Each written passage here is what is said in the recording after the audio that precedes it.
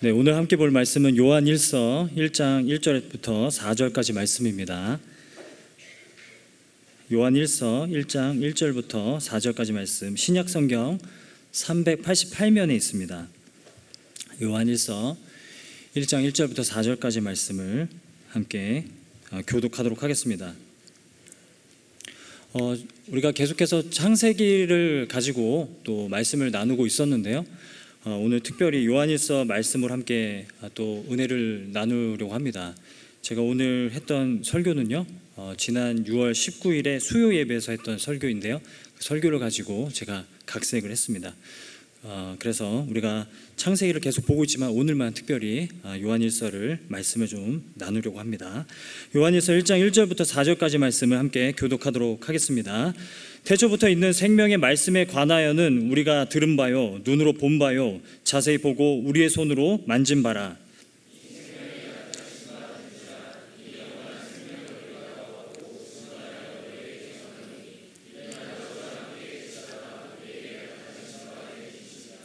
우리가 보고 들은 바를 너희에게도 전함은 너희로 우리와 사귐이 있게 하려 함이니 우리의 사귐은 아버지와 그의 아들 예수 그리스도와 더불어 누림이라. 우리가 이것을 쓰면 우리의 기쁨이 충만하게 하려 함이라. 아멘. 우리 옆에 있는 지체들하고 이렇게 한번 인사하고 오늘 말씀을 듣도록 하겠습니다. 오랜만에 보는데요, 우리 옆에 있는 지체들 얼굴 좀 환하게 바라보시면서 이렇게 인사하도록 하겠습니다. 우리 같이 사귀읍시다. 네. 다시 인사할게요. 다시. 사귐을 시작합시다. 다시 한번 인사하도록 하겠습니다. 네. 네. 여러분, 신앙생활을 하다 보면요, 우리가 누구나 한 번쯤은 어떤 딜레마에 빠질 때가 있어요. 그게 어떤 딜레마냐면, 나는 과연 어디까지 최선을 다해야 하는가. 도대체 매번 듣는 얘기가 하나님의 열심 그러는데 나는 어디까지 열심을 내야 하는가라는, 하나님의 열심인가? 아니면 나의 열심으로 해야 되는가? 지금 이 상황에서는 나의 열심으로 가면 되는 건가? 하나님의 열심을 기다려야 되는 건가? 이런 딜레마에 빠질 때가 있다라는 것이죠. 성경을 보게 되면 복음은 그거이지 않습니까? 우리가 복음을 알면, 복음이 내 가운데 역사하기 시작하면 내 안에서 더 보다 높은 그런 열망을 일으키게 된다라고 말씀하고 있죠. 그래서 우리가 기독교를 복음이라고 부르는 이유가 종교적이지 않고 우리의 열심을 통해서, 우리의 노력을 통해서 이뤄가는 신앙이 아니라, 하나님이 내 안에 찾아오시고 하나님이 내 안에 말씀을 통해서 역사하셔서 내 안에 새로운 열심들을 불러일으키시고 새로운 열망들을 불러일으키셔서 우리로 하여금 하나님을 섬기고 또 옆에 있는 사람들을 사랑하며 살아갈 수 있도록 도와주시는 것, 그것이기 때문에 우리는 복음이라고 불러요. 하지만 어떤 때는 계속 우리만 열심히 하고 있다는 생각을 할 때가 많다라는 것이죠. 그래서 지치기라도 하면 우리는 이런 생각을 해요. 계속 내가 이 힘을 내도 되는 건가? 아니면 뭔가 하나님이 내 안에 새로운 열심을 불러 일으켜 주실 때까지 잠잠고 기다려야 하는가? 이런 고민을 할 때가 많다라는 거예요. 그때마다 우리가 듣는 권면은 그래도 너가 열심을 내야 하지 않겠느냐라는 권면을 우리는 또 자주 듣고는 합니다. 그래서 좀 혼란스러워요. 그렇지만 그 말은 좀 어폐가 있습니다. 내 안에 동기가 어떠하든 무조건 열심을 내며 버티라는 것이 결코 최선이지 않을 뿐더러 이건 성경이 말하는 바가 아니기 때문에 그렇다는 거예요. 게다가 극심한 고난이 찾아오거나 여러 가지 힘겨운 문제들이 우리의 삶에 발생하게 되면 더 이상 열심을 낼 수 없는 우리는 깊은 낙심과 절망 가운데 빠지게 됩니다. 더 열심을 내라, 더 열심을 내야 된다라고 말씀하시지만 더 이상 열심을 끄집어 올릴 수 없는 우리는 더 깊은 절망의 낙심 가운데, 죄책감 가운데, 정죄감 가운데 빠질 수밖에 없다라는 것이죠. 우리가 신앙생활을 하다 보면 이런 딜레마에 빠질 때가 굉장히 많습니다. 저는 오늘 이 질문에 대해서 함께 나눠보려고 합니다. 내가 더 이상 힘을 낼 수 없을 그때에 어떤 자세로 우리는 신앙생활을 해야 하는가입니다. 우리가 너무 지쳐있을 그때에 우리는 어떤 태도와 어떤 자세로 하나님을 바라보아야 하는가입니다. 이 질문을 가지고 오늘 말씀을 좀 함께 나눠보려고 합니다. 우리가 요한일서를 폈습니다. 요한일서의 배경은 이렇습니다. 요한일서의 배경에 대해서 잠시 말씀을 드리자면요, 이렇습니다. AD 81년에 로마의 티투스 황제가 죽고 그리고 역사상 가장 악명 높았던 도미티안 황제가 등극합니다. 그러면서 전국적인 그리스도인들에 대한 박해가 시작되게 돼요. 도미티안은 여러분 에베소 지역에 지금도 그 흔적이 남아있지만 에베소 지역에 무려 7m나 되는 자신의 신상을 만들어 놓고 우상숭배를 그리스도인들에게도 강요했습니다. 그러나 우상숭배에 참여하지 않았던 그리스도인들은요, 재산을 다 압수당하거나, 그리고 그리스도인들 때문에 로마의 신들이 다 노하였다면서 그리스도인들을 다 잡아다가 원형 경기장 안에 가둬놓고 사자의 밥에 하게 되는 그런 일들이 있었습니다. 그것이 바로 요한일서가 기록되던 시기인 AD 90년에서 95년 사이의 그 상황이라는 것이죠. 게다가 당시 요한은요, 이 요한일서를 기록한 요한은요, 예수님의 12사도들 중에서 혼자 남아 있었습니다. 다른 사도들은 다 죽었어요. 요한만 남아있는 상황이었다는 거죠. 여러분, 베드로는 네로 황제 그 통치 기간에 순교를 당하였고, 나머지 사도들도 전국적으로 그렇게 복음을 전하며 살아가다가 순교를 당하는 일들이 있었어요. 이제 요한만 남은 겁니다. 요한만 남아있는 거예요. 요한만 에베소 교회에 홀로 남아서 예수님이 말씀해 주신 그 사명을 감당하고 있을 그때에 이런 일들이 일어났었다라는 것이죠. 요한이 섬겼던 에베소 교회에 문제가 생깁니다. 여러분, 에베소 교회에 생겼던 가장 큰 문제는 영지주의의 영향을 받은 이단들이 생겨난 거였어요. 여러분, 영지주의가 무엇이냐면 영적인 지식을 통해서 우리가 구원을 얻는다라고 가르치는 사람들이 생겨났다라는 거예요. 우리가 영혼만 구원을 받았으면 됐지, 그러면 육체는 아무렇게나 살아도 된다, 오늘날 구원파와 같은 그런 교리라고 할 수 있겠죠. 이런 영지주의 이단들이 많이 늘어나게 됐어요. 이런 이원론적인, 우리의 영혼만 잘 챙기면 된다, 육체는 아무렇게나 살아도 된다, 이런 이원론적인 사상이 기독교에 영향을 주게 되면서 이런 어차피 회개기도 하면 다 용서해 주시는 거 아닌가? 그러니 우리는 아무렇게나 살아도 된다, 마음껏 죄를 지으며 살아보자, 어디 한번 우리가 얼마나 죄를 지을 수 있는지 한번 나 자신을 테스트해보자, 이렇게 살아가는 사람들이 많은 그런 시대를 요한이 살아가고 있었다라는 것이죠. 이것이 에베소 교회의 심각한 문제였다라는 거예요. 요한이 가르쳤던 복음이 심각한 공격을 받아오고 있었다라는 거예요. 또 에베소 교회에 문제가 생깁니다. 공동체가 갈라지게 됩니다. 왜 갈라졌냐면요, 예수가 사람으로 오신 것이 아니라 그냥 사람의 모습으로 잠깐 보였을 뿐이다, 이렇게 주장하는 사람들이 생겨나면서 갈라지게 됩니다. 어찌 하나님이 그 더러운 인간의 몸을 입고 이 땅 가운데 올 수가 있겠느냐, 예수님은 사람으로 온 것이 아니다 라고 주장하는 사람들이 생기게 되면서 공동체가 분리되어 나아가는 상황이 생깁니다. 그리고 또 에베소 교회에 문제가 생깁니다. 이번에는 오랜 로마의 핍박이 지속되는 상황에서 어떤 경제적인 불이익을 감수해야 됐던 에베소 교회 교인들이 사업을 다 그만두고 장사를 그만두게 되고 극심한 가난과 궁핍함에 시달리게 되는 그런 문제를 겪게 되었다라는 것이죠. 요한이 겪었던 이 에베소 교회 상황이라는 거예요. 요한이 겪었던 그 공동체의 상황이 이러했다라는 거예요. 우리가 이렇게 듣기만 해도 어렵고 복잡하고 난감한 상황에 에베소 교회 요한의 공동체가 위기에 처해 있는 거죠. 결국 요한의 공동체, 에베소의 교회가 모두 지쳐버렸습니다. 여러분, 로마의 핍박, 우상숭배의 강요, 이런 것들에 타협하지 않으려고 이들은 신앙을 지키려고 무진장 애를 썼어요. 이단들의 공격에 굴복하지 않으려고 애를 썼고, 그리고 공동체 내부적인 갈등을 견디고 또 견뎌보려고 이들은 애를 썼는데 이제는 다 지쳐버렸습니다. 요한의 공동체가 다 지쳐버린 거예요.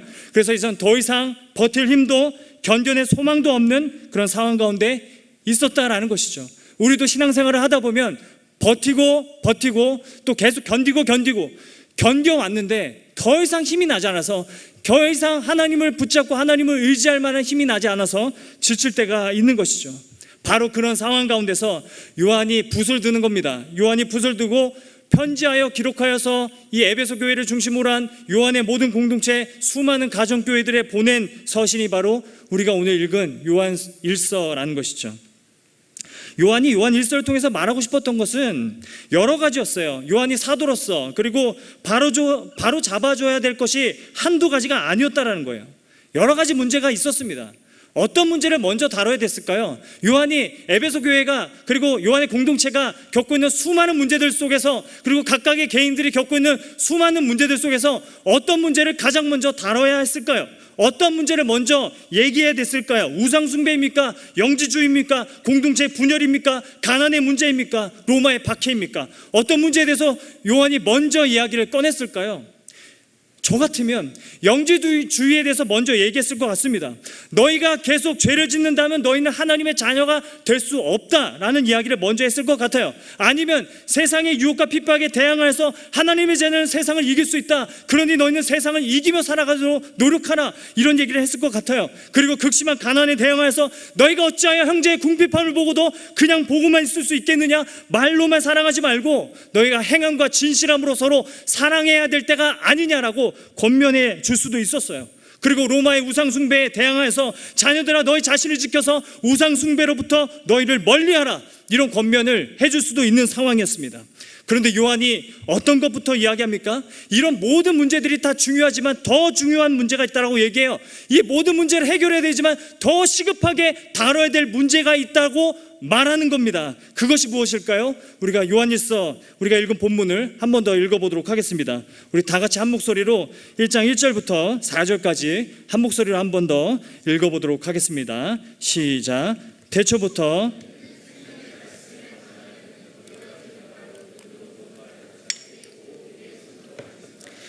이 생명이 나타나신 바 된지라. 이 영원한 생명을 우리가 보았고 증언하여 너희에게 전하노니 이는 아버지와 함께 계시다가 우리에게 나타내신 바 된 이시니라. 우리가 보고 들은 바를 너희에게도 전함은 너희로 우리와 사귐이 있게 하려 함이니 우리의 사귐은 아버지와 그의 아들 예수 그리스도와 더불어 누림이라. 우리가 이것을 쓰면 우리의 기쁨이 충만하게 하려 함이라. 여러분 3절 보시면요, 우리가 보고 듣고 만지고 교제한 예수를 너희에게 다시 전하는 것은 이런 목적이 있다. 어떤 목적이 있다? 너희로 우리와 사귐이 있게 하려 함이라. 그런데 이 우리와 사귐은 아버지와 그의 아들 예수와 더불어 누리는 것이다. 이런 얘기를 하고 있다는 거예요.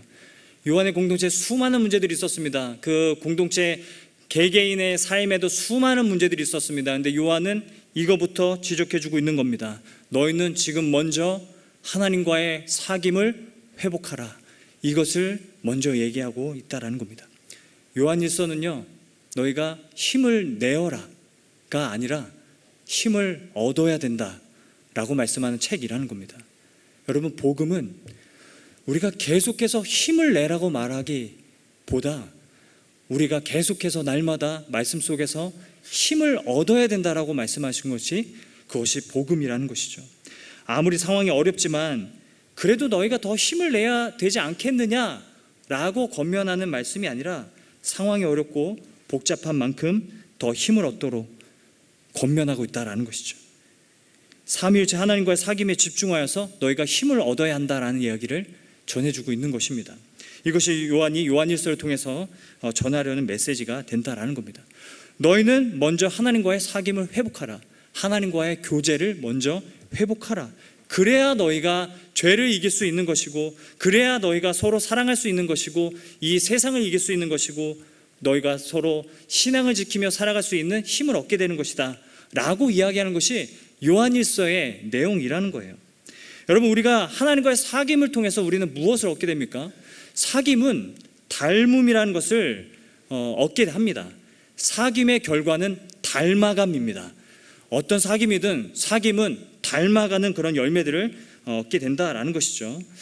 제가 아내를 만난 지 13년이 되어 갑니다. 13년이 되어 갑니다. 근데 청년 때 저는 이제 찬양대에서 만났어요.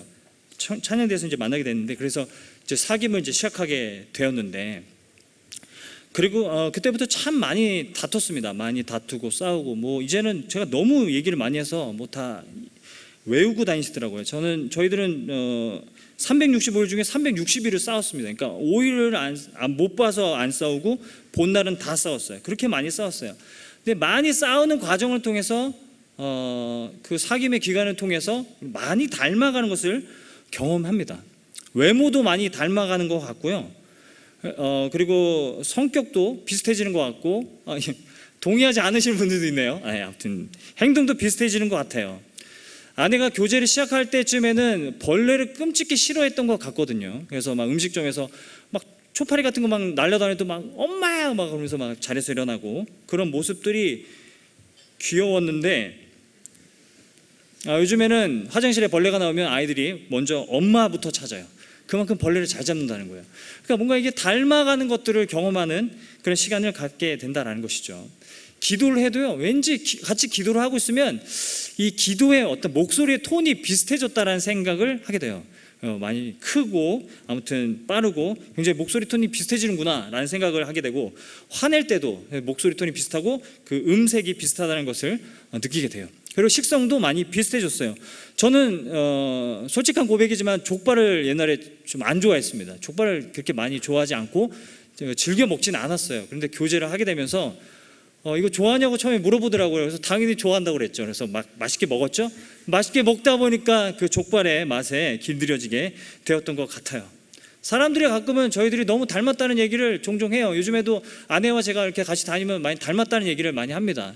그리고 연애하기 이전의 모습을 알고 있던 사람들은 많이 닮았다. 그래서 저는 좀 예뻐졌고 아내는 좀 잘생겨졌다. 뭐 이런 얘기도 하면서 많이 닮아졌다라는 그런 얘기를 해요. 어쨌든 여러분, 제가 말씀드리고 싶은 건 이거예요. 다른 거 다 잊어버리시고 사귐의 결과는 닮아감이라는 거예요. 하나님과 친밀한 사귐과 교제는요, 하나님과 닮아가는 결과를 얻게 된다는 거예요. 하나님과 날마다 사귐을 통해서 우리가 얻을 수 있는 열매는 하나님과 닮음이라는 거예요. 여러분, 요한일서 1장 6절 말씀을 한번 읽어보도록 하겠습니다. 요한일서 1장 6절 말씀입니다. 같이 한번 읽겠습니다. 시작. 만일 우리가 하나님과 사귐이 있다 하고 어둠에 행하면 거짓말을 하고 진리를 행하지 아니함 이거니와 라고 말씀하고 있어요. 하나님과 사귐을 하면서 어둠에 행하는 것은 말이 안 된다. 왜냐하면 하나님과의 사귐은 자연스럽게 하나님을 닮아갈 수밖에 없기 때문에 하나님과 사귀면서 어둠에 행하는 것은 그것은 거짓말이다 라고 이야기하는 것이죠. 하나님과의 사귐은 빛이신 하나님을 닮아가게 되어 있다는 겁니다. 그래서 우리가 날마다 하나님과 사귐을 통해서 우리는 빛 대신 하나님을 닮아가서 빛으로 점점 살아갈 수 있게 된다는 말씀이에요. 오래전에 한 자매가 이런 얘기를 해준 적이 있어요. 종교가 불교인 사람이 있고 이슬람인 사람이 있고 기독교인 사람이 세 사람이 있는데 똑같이 죄를 지어도 누가 가장 욕을 먹겠느냐 사람들한테 물어봤대요. 그러니까 기독교인 사람이 가장 욕을 많이 먹는다 라고 대답을 사람들이 했답니다. 여러분, 이것만 봐도 기독교인은 선하게 살아야 한다는 것은 하나님을 믿지 않는 사람들도 다 알고 있다는 거예요. 여러분, 기독교인은 서로 사랑하며 살아야 한다는 것을 믿지 않는 사람들도 다 알고 있어요. 그런데 저 여러분에게 묻겠습니다. 왜 기독교인은, 그리스도인은 서로 사랑하며 살아가야 합니까? 우리가 서로 사랑하며 살아가야 하는 이유가 무엇입니까? 불교에서도 사랑을 이야기하고 있고 다른 종교에서도 사랑을 얼핏 이야기하고 있는데, 기독교인으로서 우리가 서로 사랑하며 살아야 하는 이유는 무엇입니까? 무엇이 다른 종교와 다릅니까? 저는 이렇게 생각합니다. 우리가 사랑하는 이유는, 서로 사랑하는 이유는 하나님을 닮아감이기 때문이라는 거예요. 우리가 사랑이신 하나님을 닮아가기 때문에 서로 사랑하는 모습들이 우리의 신앙생활 가운데 나타나게 된다는 것이죠. 여러분, 신앙은요, 이렇게 정의할 수 있습니다. 신앙이라는 것은 하나님의 성품에 참여하는 겁니다. 신앙은 하나님의 성품에 참여하여서 하나님의 성품을 점점 닮아가는 것이 신앙입니다. 하나님과의 끝없는 교제를 통해서, 말씀을 통한 교제를 통해서 우리가 하나님의 성품에 참여하게 되고, 그리고 하나님의 성품을 우리가 닮아가는 것, 그것이 신앙이라고 정의할 수 있다는 것이죠. 닮아가는 게 신앙이라는 거예요. 그래서 하나님이 사랑이시기 때문에 우리가 서로 사랑합니다. 하나님이 빛이시기 때문에 우리가 어둠에 거하지 않고 죄를 짓지 않는 겁니다. 그러려고 노력하는 겁니다. 하나님이 거룩이시기 때문에 우리가 거룩하게 살도록 성품을 점점 닮아가게 된다라는 것이죠. 이것이 요한일서를 통해서 요한이 말하고 싶었던 메시지라는 거예요. 우리는 하나님의 자녀이죠. 우리의 정체성은 하나님의 자녀라는 정체성이 있어요. 하나님의 자녀는 하나님의 성품을 드러내는 존재가 된다라는 거예요. 우리는 하나님의 성품을 드러내는 존재입니다. 하나님은 우리를 어떤 목적으로 지으셨는가? 하나님의 성품을 드러내는 존재로 지으셨다라는 거예요. 여러분, 흔히 자녀를 보면 부모를 알 수 있다고 하죠. 자녀는 부모의 성품을 드러내게 돼 있어요. 우리 가족만 봐도 그래요. 여러분 다 아시잖아요. 자녀는요, 낳아주신 분 중에 한 분을 꼭 닮게 되어 있다라는 사실이에요. 제 딸이 8살입니다. 초등학교를 다니고 있어요. 근데 누굴 닮았는지 굉장히 지나치게 계획적이고 규칙적이에요. 여러분, 제 성격을 아시는 분들은 이건 딱 봐도 엄마를 닮았다 이렇게 판단이 되실 거예요. 제가 여러분 가끔 이제 새벽 기도를 갔다가 새벽 예배를 갔다가 이제 집에 와서 자고 있으면요, 보통 이제 6시 반쯤에 이제 집에 들어와, 6시나 6시 반쯤에 집에 들어와서 이제 출근하기 9시 전까지 이제 자다가 막 10분 전에 막 출근하고 막 이러는데, 그 시간에 막 잠을 자려고 하는데, 그때 이제 초등학교를 딸이 이제 들어가고 나서는 저를 계속 깨워요. 그래서 아침에 이제 제가 제 딸을 8시 40분에 딱 등교시켜주고 학교 앞에서 내려주고 이렇게 교회로 이제 돌아오면 되는데, 자주 깨워요. 한 번은 막 깨워요. 그래서 아빠 7시니까 이제 앞으로 1시간을 더 자도 되겠다, 그거 얘기해 주려고. 그래서 왜 그런 걸로 깨워? 막 또 자고 막 해서 다시 해야 돼. 또 깨워요. 아빠 30분 남았어. 30분 더 잘 수 있어. 자 막 이러고 막, 그래서 계속 깨운다는 거예요. 엄마랑 똑같아요. 엄마랑 정말 똑같아요. 닮았어요. 너무 닮았어요. 가끔 아내가 집에 2명이 있는 것 같아요. 그런 생각이 들 정도라는 것이죠. 제가 알람을 맞춰놓지도 않았는데 제 핸드폰에 알람이 맞춰져 있는 그런 경우들이 많아요. 알람이 울려요. 가끔은 이제 뭐 특세나 이런 기간에 알람이 울려서 딱 봤더니 뭐지? 그럼 봤더니 소연이 학교 갈 시간, 뭐 이렇게 알람이 막 울려요. 막 아빠 일어날 시간, 이런 알람이 막 울려요. 그걸 또 어떻게 적어가지고 거기다 알람을 그렇게 해놨는지. 굉장히 규칙적이라는 거예요. 굉장히 규칙적이에요. 그리고 막 체크리스트를 만들어가지고 하루에 25분, 왜 25분인지 모르겠는데 25분을 책 읽기, 그리고 하루에 10분씩 성경 읽기, 만약에 체크리스트 해가지고 냉장고에 딱 붙여졌어요. 저는 그런 것만 봐도 막 답답하거든요. 이게 진짜 내 딸이 맞나? 근데 엄마를 닮은 거죠. 그래서 엄마를 닮았어요. 엄마의 규칙적인 성품을 닮은 거예요. 이렇게 자녀는 낳아주신 분을 닮게 되어 있다라는 것이죠. 자녀는 낳아준 분의 성품을 닮게 돼 있어요. 우리도 마찬가지라는 거죠. 우리도 하나님 아버지의 성품을 우리도 닮게 되어져 있다라는 거예요.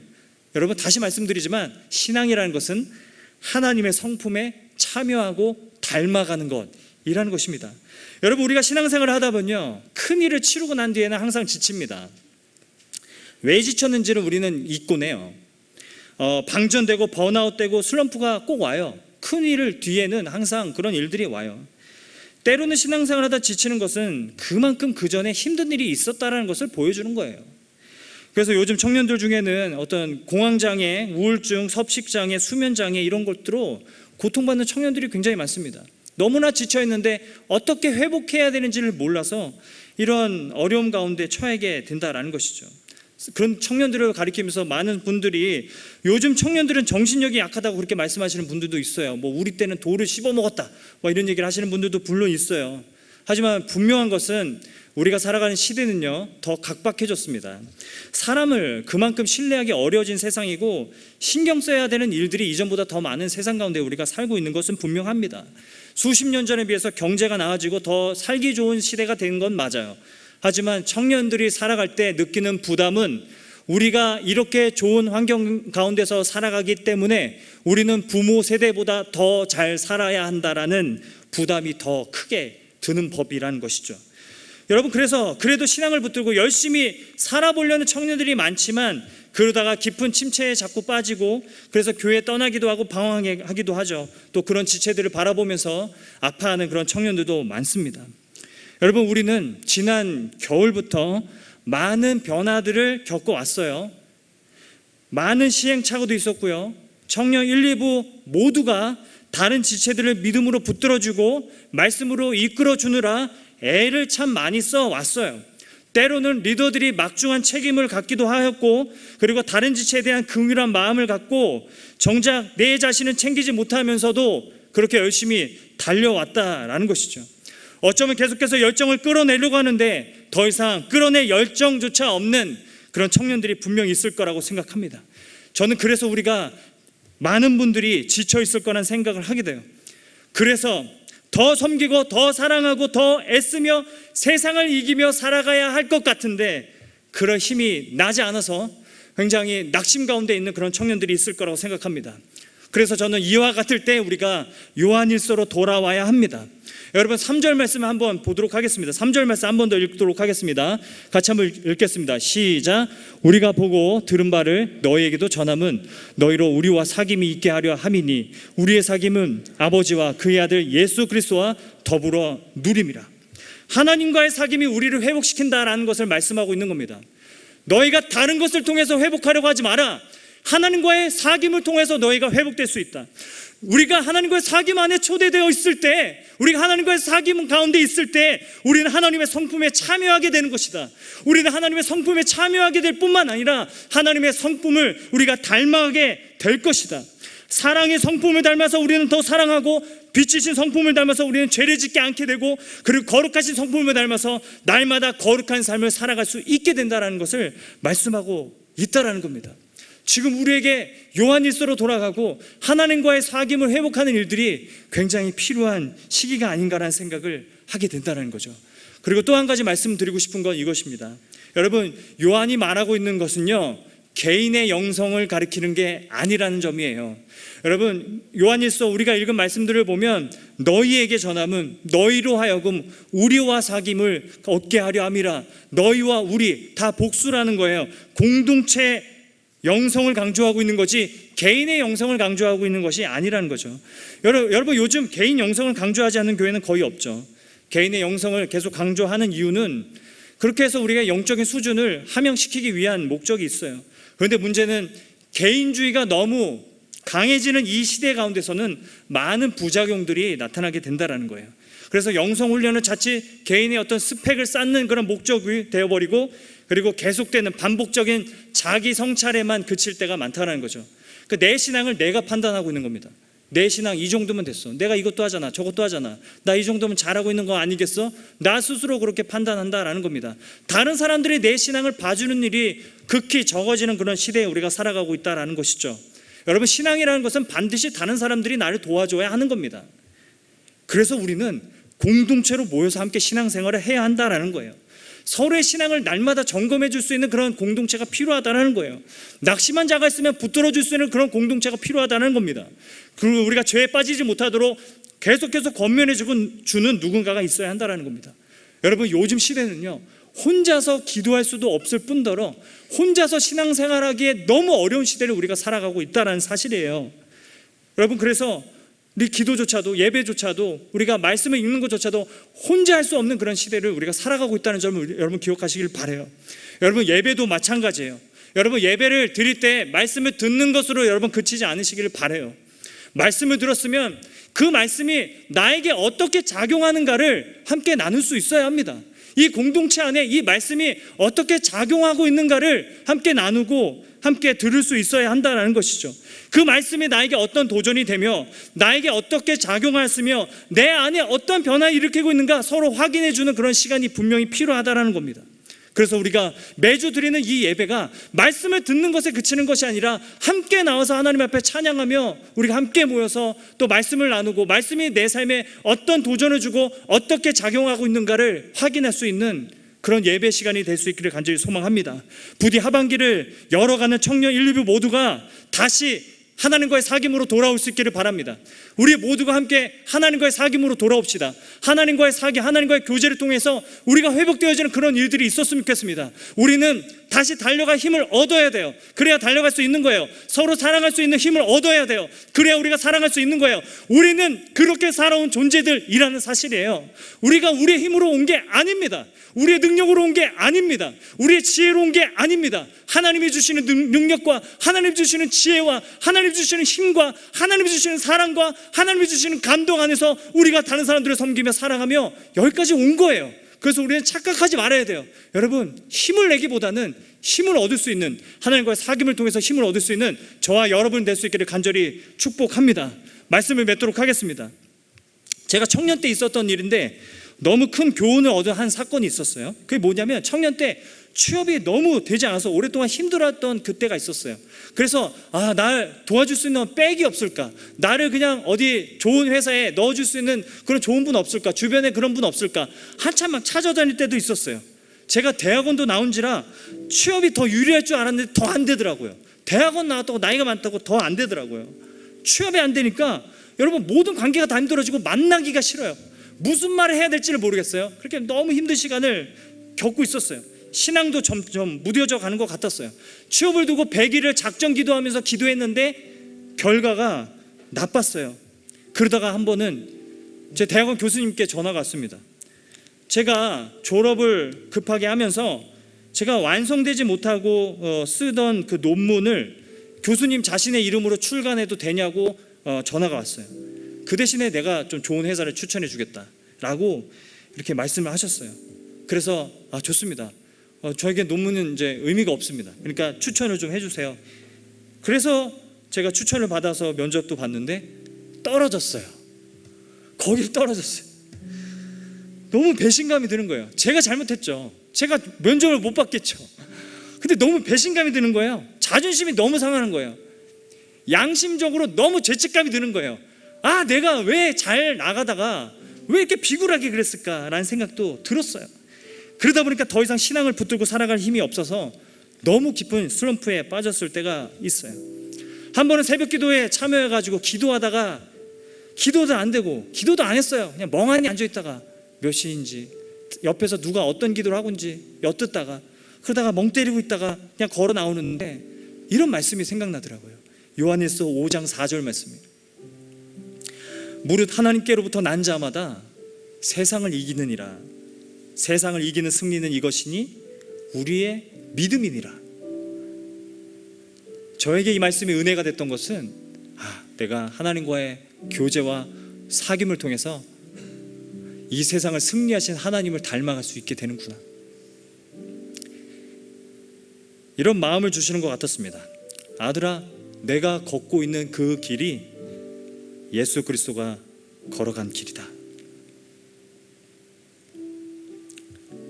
사랑하는 여러분, 저는 여러분에게 어떤 상황이 있고 어떤 상태에 여러분이 놓여 계신지 잘 모르겠습니다.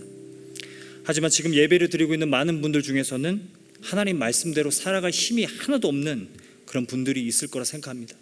저는 그분들에게 위로와 도전을 드리고 싶습니다. 하나님께로부터 난 자마다, 다시 말해 하나님의 자녀는 반드시 세상을 이깁니다. 세상의 어떤 유혹과 시련 가운데도 반드시 이깁니다. 왜냐하면 하나님이 세상을 승리하셨기 때문에 그렇습니다. 우리는 하나님을 닮아갈 것입니다.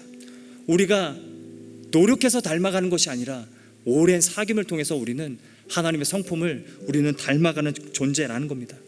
여러분 힘들 때마다, 지칠 때마다 그래 내가 더 힘내야지, 내가 더 노력해야지, 힘을 더 내서 한 본때를 보여주자, 더 애써보자, 그렇게 하지 마시고 멈춰서서 하나님과의 교제에 집중하는 저와 여러분들 수 있기를 간절히 소망합니다.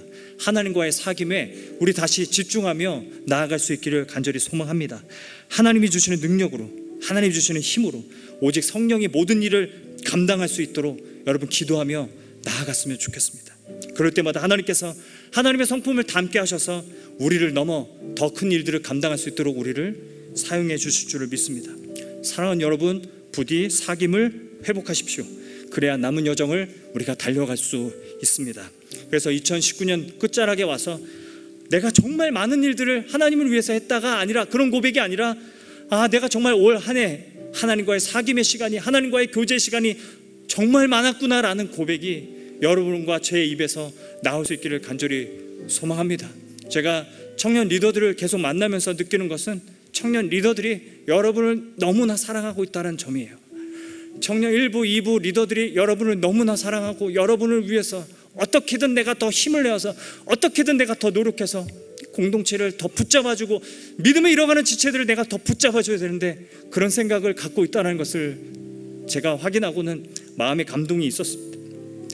하지만 부디 여러분의 힘으로 달려가는 것이 아니라 하나님과의 교제와 하나님과의 사귐을 통해서 그 힘을 얻는 그런 저와 여러분의 시간 될 수 있기를 간절히 소망합니다. 그래서 우리가 이 시간을 통해서 힘을 얻고 더 즐거운 마음으로, 기쁨으로 달려갈 수 있는 우리 하반기가 될 수 있었으면 좋겠습니다. 그런 마음을 가지고 우리 옆에 있는 지체들 손 한번 잡아주시겠어요? 손 한번 잡고 이렇게 인사하도록 하겠습니다. 우리 사귐을 시작합시다.